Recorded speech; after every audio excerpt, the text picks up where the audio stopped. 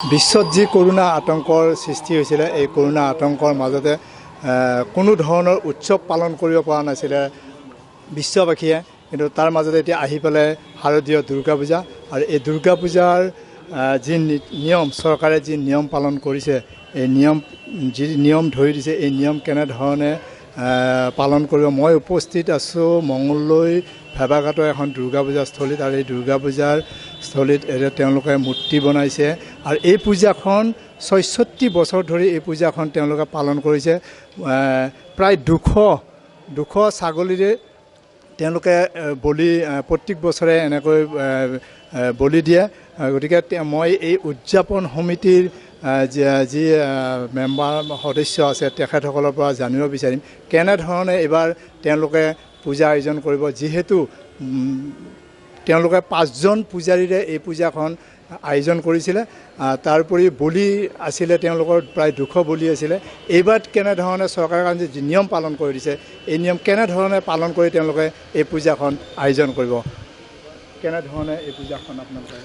আমি ৬৪তম পশ্চিম মঙ্গলদৈ অৰ্থাৎ ভেবাঘাটৰ দুৰ্গা পূজাৰ পৰা সমূহ অসমবাসী ৰাইজক আমি শাৰদীয় শুভেচ্ছা যাচিছোঁ এই মহামাৰীৰ সময়ত আই দুৰ্গা মায়ে যাতে এই মহামাৰী ৰোধৰ কাৰণে তেখেতে ৰোধ কৰে তাৰ কাৰণে আমি আই ভগৱতীৰ ওচৰত প্ৰাৰ্থনা জনাইছোঁ মহামাৰীৰ দিনত ৬৪ বছৰ গৰকা ভেবাঘাট দুৰ্গা পূজাত আমি চৰকাৰী যিবিলাক নিৰ্দেশাৱলী আছে সকলো মানি আমি পূজা কৰিবৰ কাৰণে আগবাঢ়িছোঁ ১ নম্বৰ কথা চৰকাৰৰ পৰা যিমান নিৰ্দেশাৱলী আহিছে সেই নিৰ্দেশাৱলী সম্পূৰ্ণভাৱে পালি আমি মূৰ্তি আপোনালোকে জানে যে আমি বহুত ডাঙৰ মূৰ্তি বনাইছিলোঁ আগতে আৰু এবাৰ আমি সেই যেহেতু চৰকাৰৰ ফালৰ পৰা নিৰ্দেশাৱলী আহিছে যে ৫ ফুট মূৰ্তি বনাব লাগে আৰু 4জনে তুলিব পৰা হ'ব লাগে আমি সেইকাৰণে 5 ফুট মূৰ্তি বনাই এখন থানতে আমি গোটেই গণেশ কাৰ্তিক লক্ষী সৰস্বতী একেলগে দিছোঁ আৰু আমাৰ আগতে 8জন পুৰোহিতে আমাৰ ভেবাঘাটৰ দুৰ্গা পূজাৰ গোটেই পূজা পৰিচালনা কৰিছিল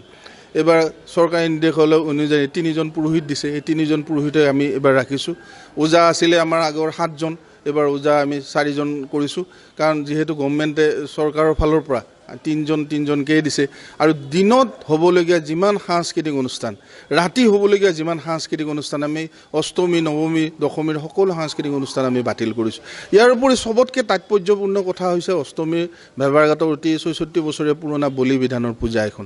প্ৰায় ২০০ ছাগলীৰে কোনো বছৰ 150 হয় কোনোবা যোৱা বছৰ প্ৰায় ১৭৫টা ছাগলী হৈছে প্ৰায় 1000 হাঁহ আৰু 500যোৰ পাৰ বলি হয় এবাৰ সমজুৱা যিটো বলি বিধান আছে এইটো আমি বন্ধ কৰিছোঁ আমি গোটেই সমাজৰ হৈ আমি কমিটি এটাই বলি দিম আৰু যিবিলাক নৈবদ্য ভেবাঘাটৰ দুৰ্গা পূজাত অষ্টমীৰ দিনা প্ৰায় 5000ৰ পৰা 7000 আমাৰ নৈবদ আহে এই নৈবদবিলাক ৰাইজৰ নৈবদ্য আমি কমপ্লিটলি বন্ধ কৰিছোঁ যিহেতু 5000 মানুহ অহাৰ লগে লগে 5000 মানুহৰ লগত আমাৰ এখন নৈবদ্যত 2জনকৈ আহিলেও 10000 মানুহ গতিকে ৰাইজৰ সমজুৱা যিবিলাক নৈবদ আছে সেইবিলাকো আমি বন্ধ কৰিছোঁ ৰাইজৰ হৈ আমি ভেবাঘাট দুৰ্গা পূজা কমিটিয়ে আমি নিজে আমি নৈবদ দিম ইয়াৰ উপৰি তাৰমানে কেইদিনমান আগতে আকৌ গভৰ্ণমেণ্টৰ পৰা ইনষ্ট্ৰাকশ্যন আহিছে যিহেতু 7জন পুৰোহিতৰ জেগাত আমি এবাৰ 3জন কৰিছোঁ আকৌ পুৰোহিতকো কোভিড টেষ্ট কৰিব কৈছে গতিকে আমাৰ মেইন পুৰোহিতজন প্ৰায় 42 বছৰ দি আমাৰ ভেবাঘাটৰ দুৰ্গা পূজা কৰি আছে 1978 চনৰ পৰা তেখেতে দুৰ্গা পূজা কৰি আছে গতিকে তেখেতে এতিয়া যদি কোভিড টেষ্ট কৰোঁতে আই ভগৱতী নকৰক তেওঁৰ যদি কৰোণা ওলাই যায় তেন্তে আমাৰ পূজাখন কোনে কৰিব যিহেতু চৰকাৰী নিৰ্দেশাৱলী আমি মানিব লাগিব কাৰণ তেখেতসকলে আমাৰ ভালৰ কাৰণে এই কথাখিনি কৈছে গতিকে আমি সেইখিনিৰ কাৰণে অলপ ভয় হৈ আছে কি হ'ব এনে কোভিড টেষ্ট কৰিলে সেইটোৰ কাৰণে অলপ ভয় হৈছে গতিকে ইয়াৰ উপৰিও আমাৰ দশমী যিটো বাল্য ভোজন বুলি কয় প্ৰায় 10,000 মানুহে ইয়াত আমাৰ খিচিৰি ভাত খায় এই আমাৰ বাল্য ভোজনটো এইবাৰ বন্ধ কৰা হৈছে যে দশমীৰ দিনা আমাৰ দেৱী কইনা উঠোৱাৰ পিছত আমাৰ যিটো দেৱী বিসৰ্জনৰ আগমুহূৰ্তত আমাৰ বাল্য ভোজন হয় বিভিন্ন মানুহে দিয়ে ইয়াত বাল্য ভোজনটো প্ৰায় 10,000 মানুহে সেই বাল্য ভোজনটো আমি বন্ধ কৰিছোঁ সামাজিক ৰীতি নিয়ম যিখিনি লাগে দুৰ্গা পূজাৰ ৰীতি নিয়মখিনি পালন কৰিহে আমি পূজা কৰিম বাকী আমি যিবিলাক আমাৰ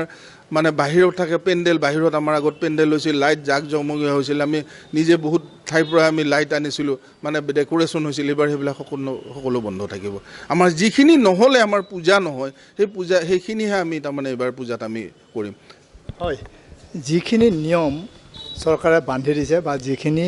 নকৰিলে নহয় ঠিক তেনেধৰণে এওঁলোকে এইবাৰ পূজা পালন কৰিব আৰু চৰকাৰৰ যিখিনি নিৰ্দেশ এই নিৰ্দেশ পালন কৰি তেওঁলোকে পূজা আয়োজন কৰিব